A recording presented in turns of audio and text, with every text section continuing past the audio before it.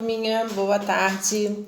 Hoje é quinta-feira, nós vamos fazer nossas atividades de história, tá? Então vocês peguem o livro de história, abrem na página 76 as grandes plantações da cana-de-açúcar. Enquanto vocês estão pegando o material, a tia Patrícia separou um vídeo falando sobre a plantação de cana-de-açúcar com os escravizados, com os africanos. Então a tia Patrícia vai colocar o vídeo para vocês verem e quando acabar o vídeo nós retornamos para fazer nossa leitura, para depois vocês fazerem atividade, tá? Então vocês separem o livro de história e o caderno também, porque tem duas perguntas no livro que vocês vão ter que responder no caderno, tá?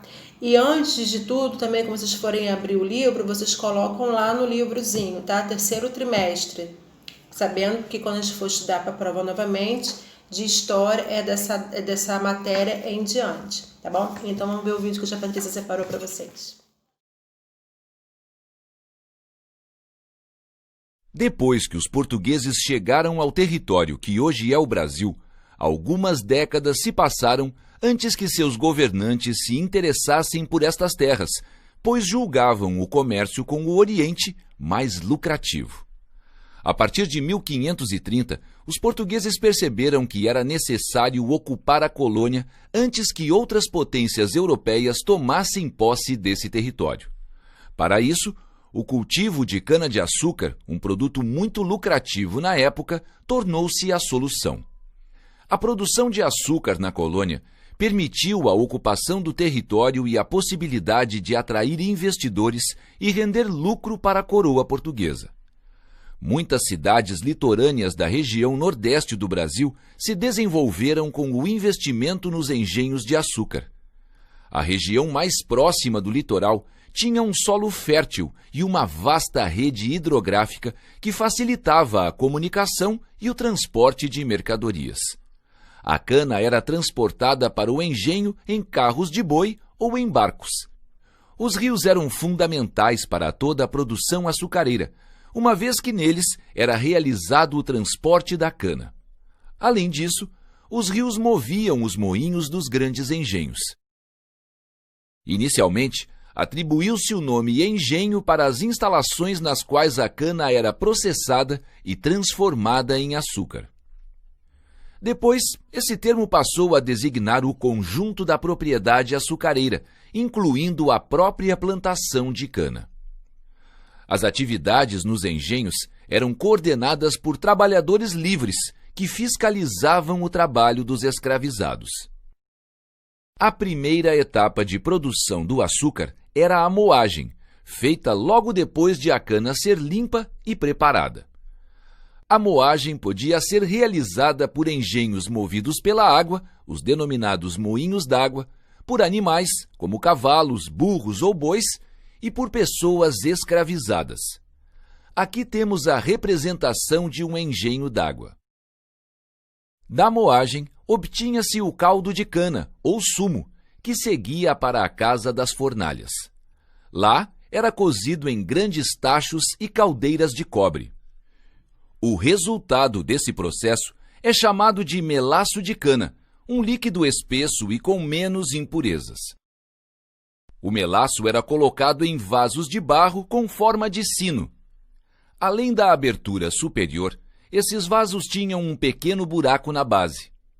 Na casa de purgar, esses vasos eram encaixados em mesas para que o melaço escorresse aos poucos e, assim, apenas os cristais de açúcar ficassem no recipiente. Esse processo era chamado de purga, que significa purificação. Depois de escorrido o melaço, o açúcar dos vasos passava pelo processo de secagem e, geralmente, era colocado ao sol. Quando estava seco, o açúcar era desenformado, dando origem aos famosos pães de açúcar. Na abertura do recipiente ficava o açúcar branco, mais valorizado. Na ponta do pão de açúcar ficava o mais escuro, o mascavado, que era mais barato. Os diferentes tipos de açúcar eram separados, pesados e divididos. Neste momento, o senhor do engenho e aqueles que tivessem direito a uma parte da produção recebiam os lucros correspondentes. Finalmente, o produto era acomodado em caixas bem secas de madeira, vedadas com barro e forradas com folhas de bananeiras. Identificada com o nome do proprietário, o tipo de açúcar e seu peso, a mercadoria era enviada para a metrópole. O trabalho nos engenhos de açúcar e na lavoura era muito pesado, e a maioria da mão de obra utilizada era de pessoas escravizadas, negros africanos ou nascidos na colônia. Os negros escravizados resistiram às violências da escravidão. Ao longo dos séculos, a fuga e a formação de comunidades livres, onde pudessem vivenciar e preservar suas culturas, eram duas das principais formas de resistência. Essas comunidades, chamadas de quilombos, foram se formando em regiões de difícil acesso.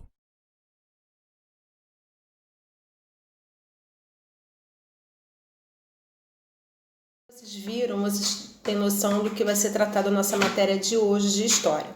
Então agora vamos abrir nosso livro, né?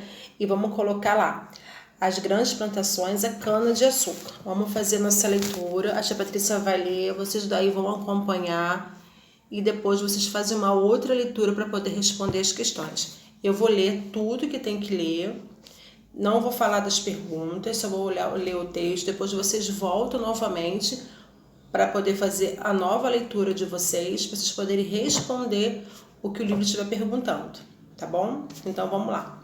Há cerca de 500 anos, durante o período colonial, os colonizadores portugueses decidiram montar no Brasil engenhos para produzir açúcar, artigo muito valorizado na Europa naquela época.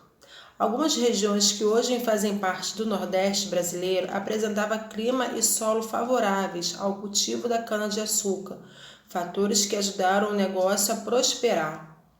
As plantações de cana-de-açúcar eram feitas em grandes propriedades rurais da monicultura que praticava desmatamento de propriedades, praticava desmatamento de toda a região para que fosse cultivada apenas uma espécie de planta. Apesar de facilitar a produção, a monocultura empobrece o solo e reduz seus nutrientes, tornando aos poucos a terra infértil. Para trabalhar nas plantações e nos engenhos, os portugueses escravizaram populações africanas, que eram enviadas ao continente americano por meio de intenso tráfico de pessoas. A venda do açúcar na Europa e o comércio de pessoas escravizadas davam muito lucro a Portugal e aos comerciantes. Na década de 1570, cerca de 60 engenhos foram construídos no território brasileiro, mas esse número seria 4 vezes maior em menos de 100 anos. Apesar de passar por diversas instabilidades de mercado, a produção de açúcar sempre esteve entre as mais importantes atividades da nossa economia colonial. Então, eles faziam tráfico dessas pessoas. Eles pegavam esses escravizados para poder trabalhar para eles. Aqui está assim, ó, na página 77, assim, observe a ilustração que representa a organização de um engenho de açúcar no Brasil durante o período colonial. Vocês sabem que o período colonial era a época que o Brasil era colônia de Portugal. Então, é nessa época que nós estamos falando. Então, ó, a capela, a casa grande, a moeda onde eles trabalhavam, a senzala onde eles dormiam e o giral, que era a armação na qual as formas de açúcar secavam. Então, essa era a convivência dos escravizados. A casa grande ficava lá em cima, distante da senzala, do trabalho deles. Agora vamos para outra página, a página 78. O trabalho na lavoura. Nas plantações de cana-de-açúcar, os africanos escravizados realizavam atividades pesadas, como derrubar a mata, preparar o solo, plantar e colher a cana, cortar lenha, construir cercas e poços. Eles dormiam amontoados na senzala, local onde morava sem condições de higiene nem conforto. Os africanos escravizados eram submetidos a várias formas de violência, como os artigos físicos e até a morte. Eles não suportavam essa situação e por isso muitos fugiam, alguns eram recapturados e sofriam com mais castigos. A resistência à escravidão. Os africanos escravizados lutaram e resistiram contra o cativeiro queimado, lavouras e promovendo revoltas e fugas isoladas. Por exemplo, havia também as fugas de grupo, que depois formavam povoados, organizados conhecidos como os quilombos. Nesses locais, além dos escravos fugidos, viviam alguns indígenas e pessoas livres pobres. O mais conhecido, um dos maiores, foi o Quilombo dos Palmares, criado há mais de 350 anos, na Serra da Barriga, no atual estado de Alagoas. Palmares existiu por cerca de 90 anos e até ser destruído em 1694 por uma expedição bandeirante. Aqui que eu falei, ó, nessa página aqui, vocês vão fazer o número 2 e o número 3 no caderno, tá? A tia Patrícia vai colocar o exemplo do cabeçalho para vocês poderem copiar e responder. Não precisa botar pergunta, bota só a resposta. Mas se vocês quiserem botar pergunta, pode colocar também. Aí vocês vão fazer atividade da página 79 também. Agora vamos para outra página, vamos fazer a leitura da outra página. Para ler e escrever melhor. O texto a seguir explica o que são, onde estão localizados, quais os objetivos das comunidades quilombolas hoje. Os quilombolas reunidos para celebrar o Dia da Consciência Negra, Quilombo Maria Romana, município de Cabo Frio, no estado do Rio de Janeiro, em 2015. Então, lá em Cabo Frio, tem esse povoado. Comunidades quilombolas. Os quilombos eram locais de abrigo de escravos fugidos de engenhos e de fazendas.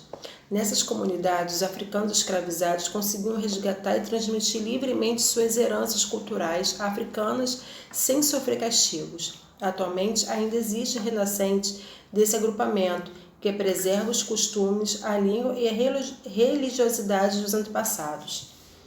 Eles são denominados comunidades quilombolas, comunidades negras rurais, quilombos remanescentes ou quilombos contemporâneos. As terras dessas comunidades podem ter sido compradas, doadas e recebidas como herança ou com pagamento e estão localizadas tanto em áreas rurais como em áreas urbanas. A Constituição Federal, conjunto de lei do país, de 1988, garantiu a essas comunidades a posse das terras que ocupavam, com o objetivo de valorizar a cultura afro-brasileira e evitar que ela se perca com o passar do tempo. Então, eles acabaram se tornando uma cultura do Brasil, né? Os africanos, os indígenas, os quilombolas passaram a ser a nossa cultura.